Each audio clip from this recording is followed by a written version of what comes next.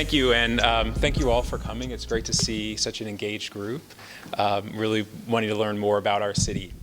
So, what does the finance department do? You know we do the budget. You heard my colleagues already mention that. That's what everyone always wants to talk to me about, but so we'll focus most of the presentation on that.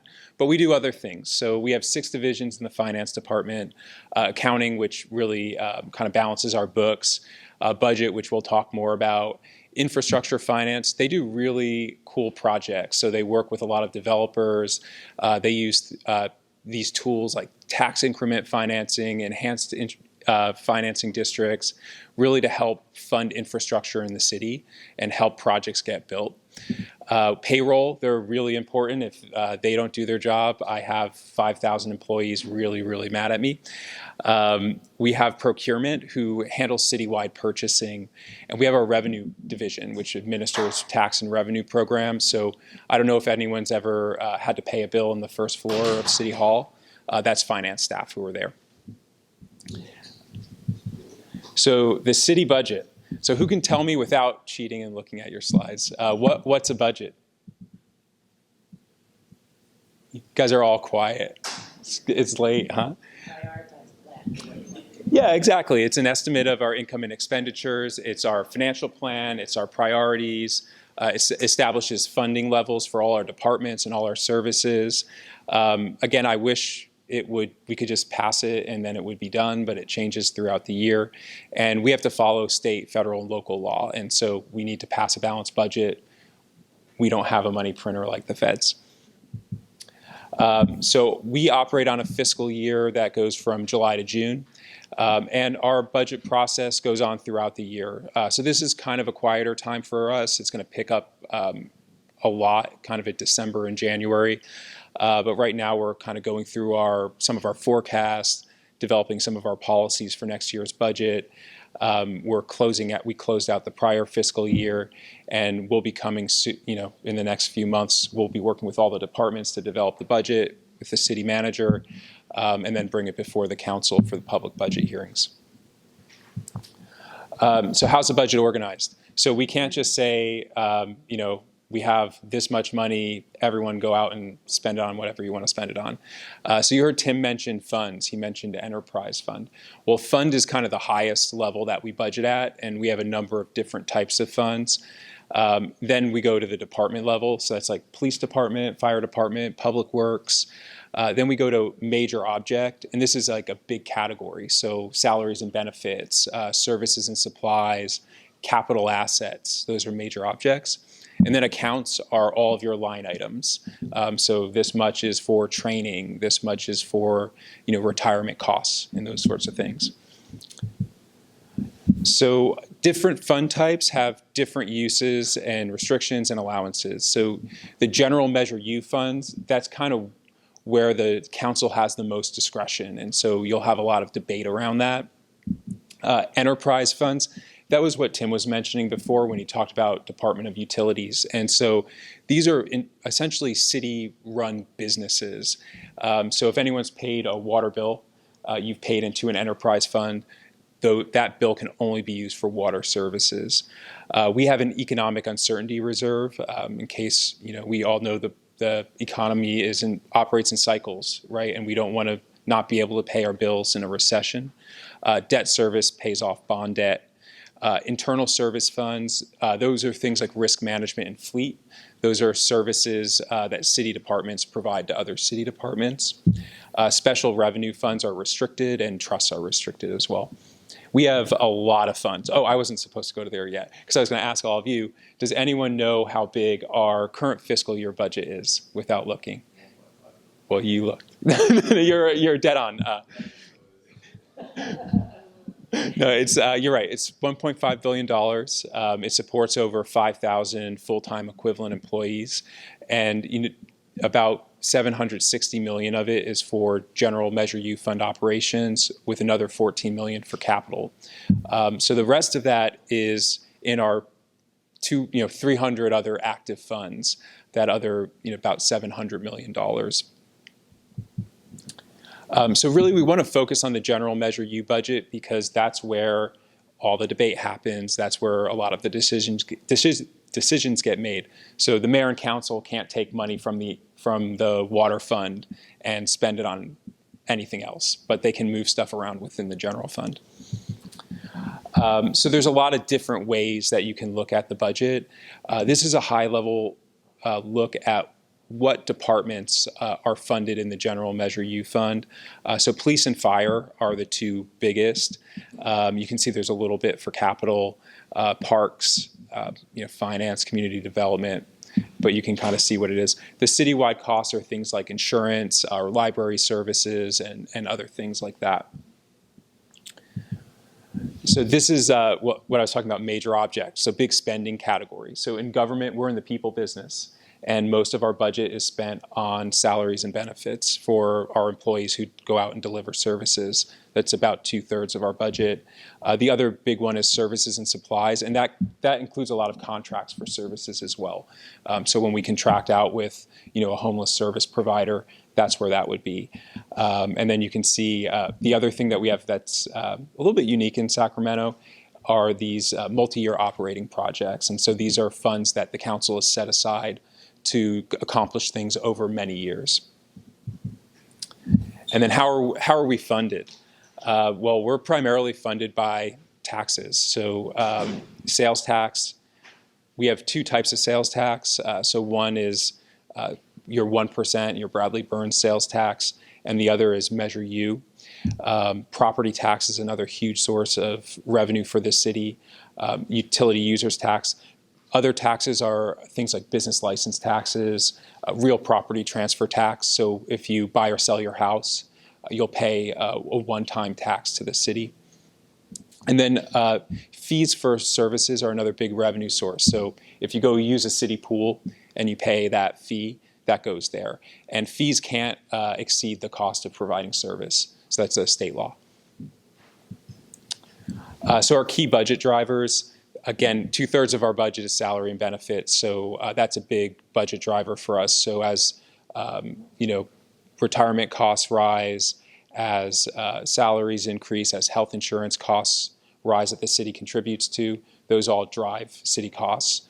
Another big one that really we're seeing statewide is rising liability insurance costs. So that's really impacting budgets across the state for cities and counties.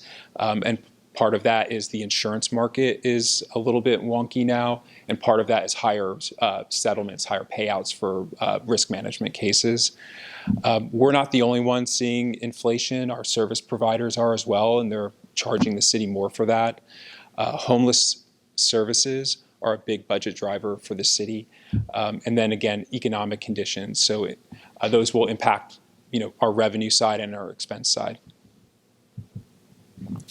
So what we do every year is a general Measure U forecast. So we go out and look, currently out for 5 years and look at what our budget is doing. And it's not a prediction. We know that when we get there, things might look different. But it's saying if things kind of continue as they've been going, if we don't make any changes as a city, this is where we're going to be. And so when you see it's in deficit, that means we need to make changes as a city because we need to have a balanced budget. And again, we'll kind of look at what has been happening. So what has our cost growth been? What have our revenue? How have our revenues grown? What changes in law do we know are going to happen? And then again, information on things like property tax assessment, so we can incorporate that in. And if you look at our budget book, we kind of have a chart. I actually like this view a little bit better because it kind of shows you a couple things. So one is, what is our budget looking like absent the homelessness services? We've gotten historically a lot of state funding, HAP funding, and things like that to fund our homeless services, which are things typically cities haven't really done. A lot of that has historically been done by counties on the service delivery side. And then how does it look just as our core budget if we took those things out? And so that kind of darker bar chart is our core budget. And we swing into deficit in fiscal year 26 if things stay the same with our core budget. When we add in homeless services, we're in deficit next year, and that deficit continues to grow. So that when I say we're in a structural deficit, That's what I mean, and it means our expenses are growing faster than our revenues. And again, this is our budget reality, as I was talking about, which is that we're in structural deficit. Our forecast doesn't include the impact of labor negotiations. We're in negotiations with every labor group. We have a lot of long-term liabilities that we don't necessarily see on a budget cycle to budget cycle basis. So we have a large unfunded pension deficit that we're going to end up we will have to pay off. We have retiree medical commitments, and we have a large amount of capital and deferred maintenance needs that are not funded. If you look at our capital plan, you'll see a summary of things that we have funding for, but there's a universe of things we don't have funding for. And one of the changes we're looking to make in this year's capital plan is starting to capture some of those so that the council and the public has that information when they're making decisions. And California governments have a limited ability to raise revenue. And so I used to live in Illinois, and when there was a budget deficit, the county would just raise property taxes. In California, that's governed by Prop 13. And so local governments have kind of less flexibility on the revenue side. So we'll go into some of the major revenue sources. Property tax is the largest single one. Sales taxes is if you combine the Measure U, and it's 1% of assessed value of your home, and it's capped on how much it can increase each year. And this dollar shows where every dollar of property tax goes. So most of it goes to the school. We get 21 cents. The county gets 16 cents.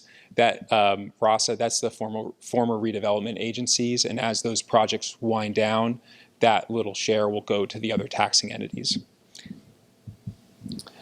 For sales tax, we get 1 cent in sales tax for every dollar in retail sales. This is what every jurisdiction gets. It's known as the Bradley-Burns sales tax. And we also receive a cent for the Measure U sales tax, which was approved by voters. Utility users tax, that's assessed against gas, electric, cable, and communication systems. Business operations tax is mostly a gross receipts tax on local businesses, and the TOT is the hotel tax.